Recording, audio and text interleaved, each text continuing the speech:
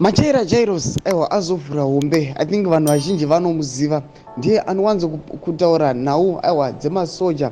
Vanhu vanotosaspikira kuti inenge itori social media handle paTwitter aiwa yearmy general kumusoro ikoko. Saka kuti muzara nhasi aiwa pane tichangopinda yavanotaura vachiti aiwa magold mafia resigner mupolitibro manga musina kumira zvakanaka. Saka pinda mumashoko aataura nhau iyi tichiri kuifambira zvizere kuti tinyaso kupakurai muzive pamusoro penhau iyi ndokuti bva wasubscribe ulaika utina on the bell icon. Not anouya paX endo paikonyera vachiti it was fireworks in the Politburo yesterday. The looks in many members, especially in Obamuchinguri's face, was so saddening.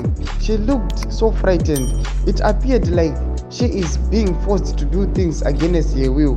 The gold mafia Mnangagwa looked very angry and resigned.